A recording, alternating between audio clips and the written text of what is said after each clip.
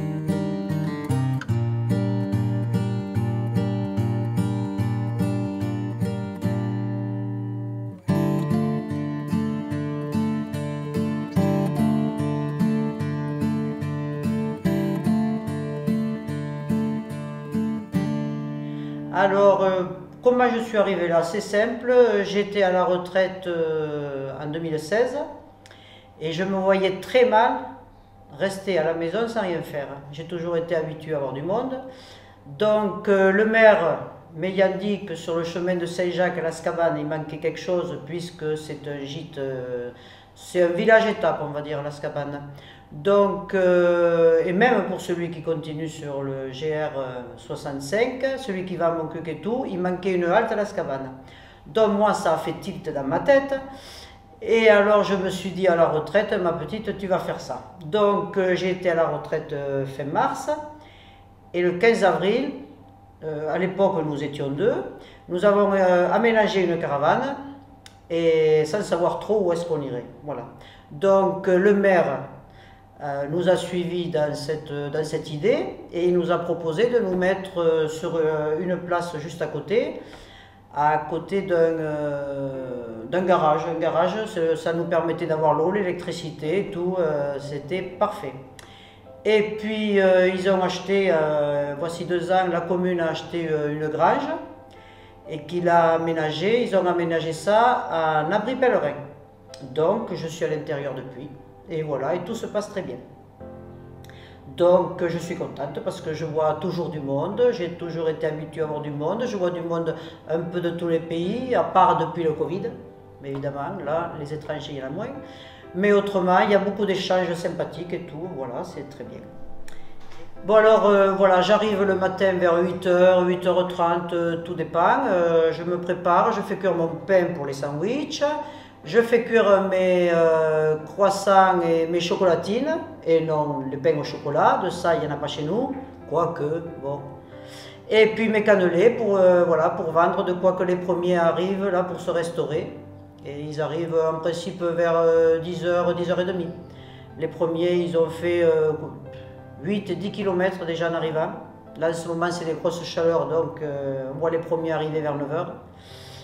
Donc voilà, ils s'installent avec leur chocolat, leur café et tout, et les chocolatines, les croissants. Ou alors après, je fais des sandwichs pour ceux qui continuent. Ceux qui continuent un peu plus loin, Montcuq, voilà, pour pique-niquer souvent à la chapelle Saint-Jean, qui est très agréable aussi, pour faire une halte, voilà. Ils prennent les sandwichs et tout, voilà. Et puis après, je reçois les autres qui arrivent, alors les premiers qui arrivent de Cahors. Les premiers qui arrivent de Cahors, en principe, c'est le rituel. Hein. Ils arrivent vers midi, 1h, ça dépend s'ils sont vaillants ou pas. Et puis voilà, le train-train, et toute la journée, il en arrive. Voilà. Chacun a sa vitesse, chacun son rythme, pas de prise de tête, voilà. Et ça m'arrive de faire des frites à 5h de l'après-midi, il n'y a pas d'horaire.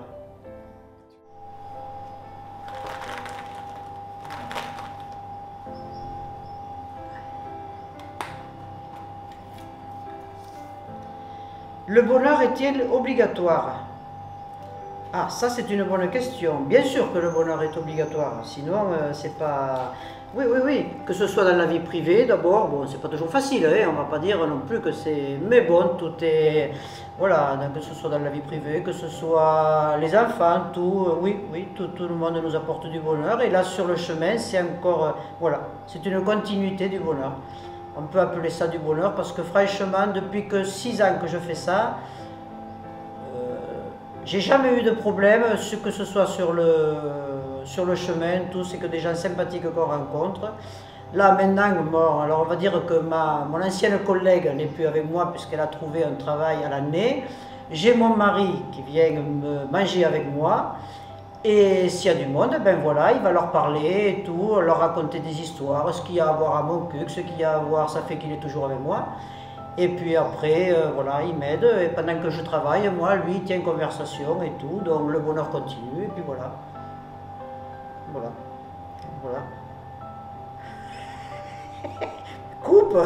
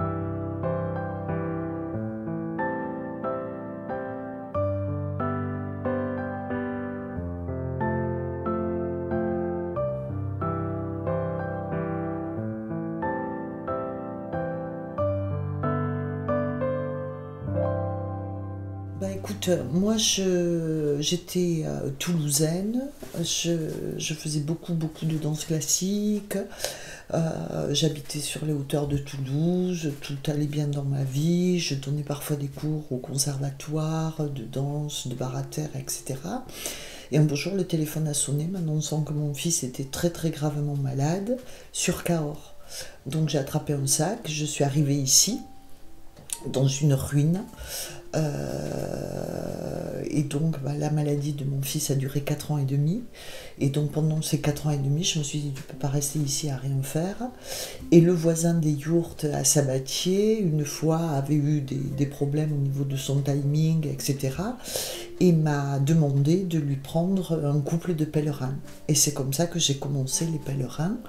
Alors petit à petit, en ouvrant d'abord une chambre puis une deuxième.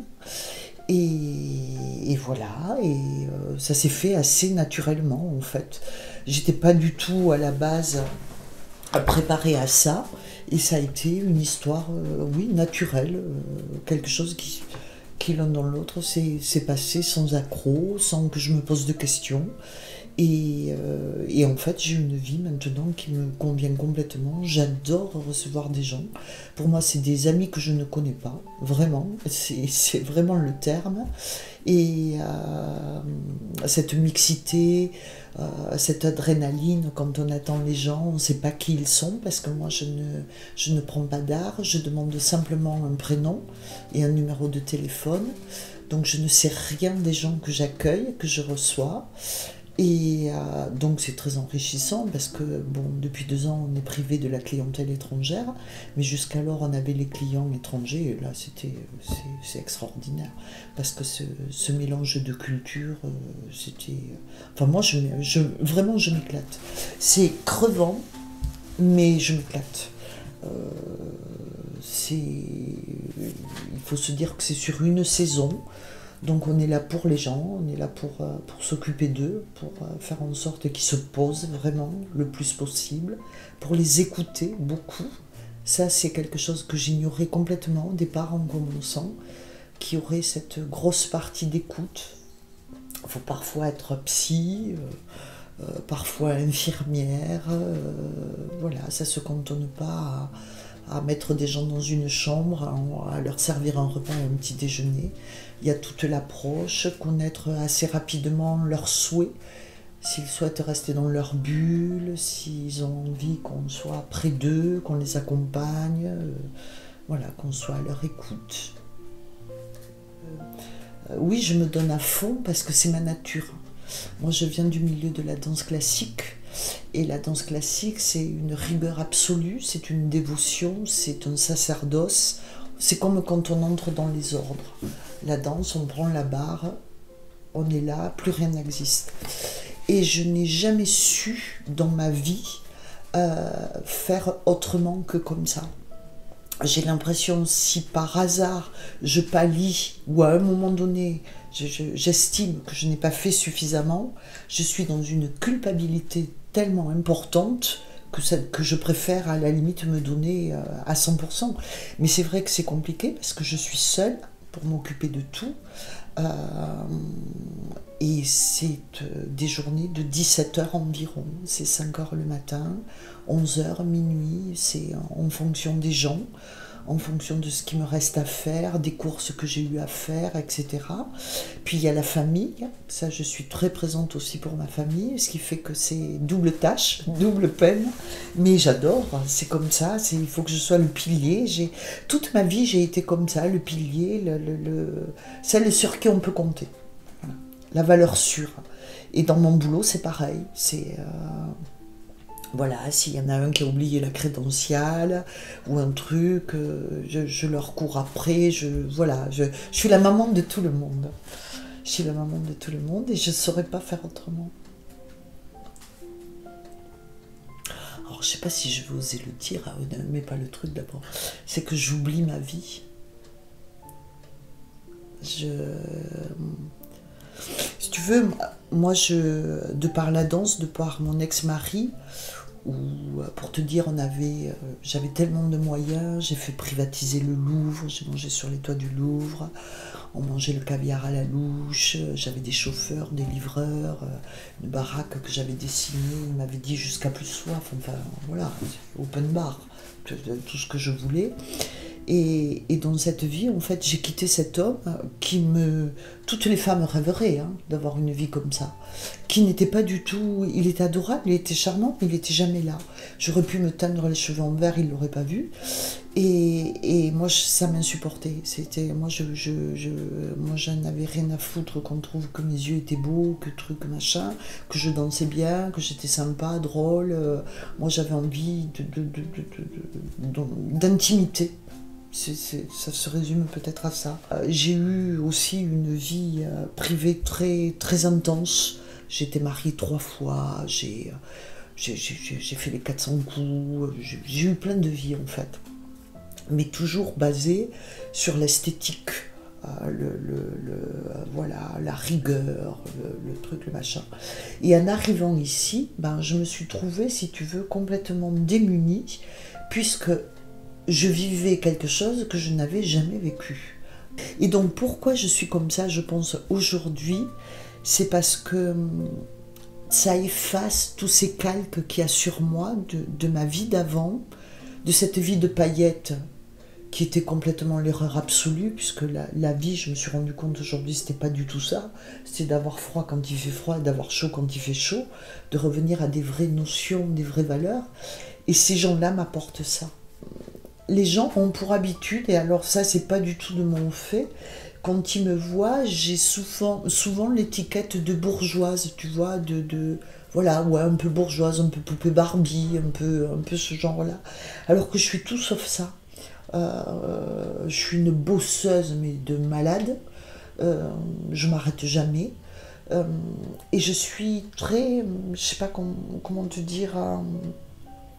très simple, je crois que c'est le mot qui correspond le plus à ce que je suis. d'une simplicité absolue.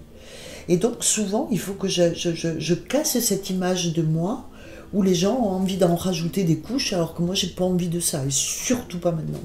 Moi, j'ai envie d'aller à l'essentiel. Et pour moi, recevoir ces gens, ben, c'est m'oublier. Et en même temps, je trouve que c'est magique, parce que c'est comme la fête foraine. Ça fait beaucoup de bruit, ça part dans tous les sens, ça va à l'essentiel. C'est joyeux, c'est triste, c'est plein de senteurs, de couleurs, d'odeurs. Et puis les gens partent.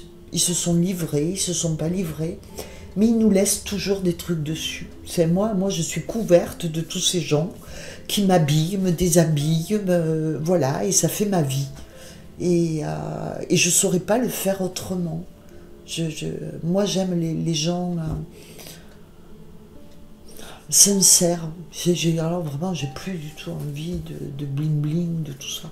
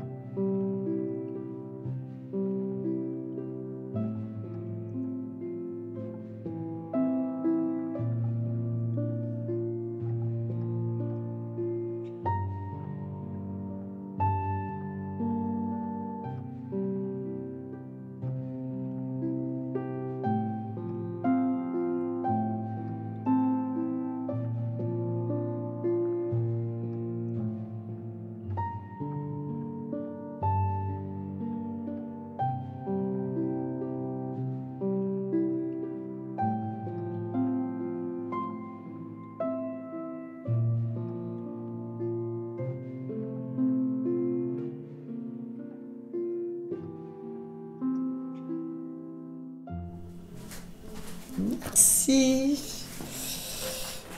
Alors on m'a dit de bien mélanger, je mélange. Ah si, il y a le petit bout. Allez. Hop. Te caches-tu pour pleurer? Non, jamais. Et même honnêtement, j'aurais plutôt tendance à lever la tête pour pleurer. Parce que je trouve que ça fait partie de la vie et que justement, il y en a ras-le-bol de dire aux enfants « mais c'est rien, ne pleure pas ». Ou voilà, pleurer, si on a des larmes, c'est fait pour quelque chose. Et moi, ça ne m'a jamais dérangé de pleurer. Je n'aime pas pleurer pour rien, je n'aime pas me montrer dans un chagrin immense. Mais combien de fois il m'est arrivé, quand des pèlerins me racontent leur vie, qui sont parfois tellement abominables, tellement horribles, où d'ailleurs on se demande comment ils font pour rester debout, pour continuer à sourire, pour marcher, que parfois je pleure avec eux. Et sans aucune gêne. Ça ne me dérange absolument pas. Le pleur fait partie de l'être humain. Les animaux pleurent et on a le droit de pleurer.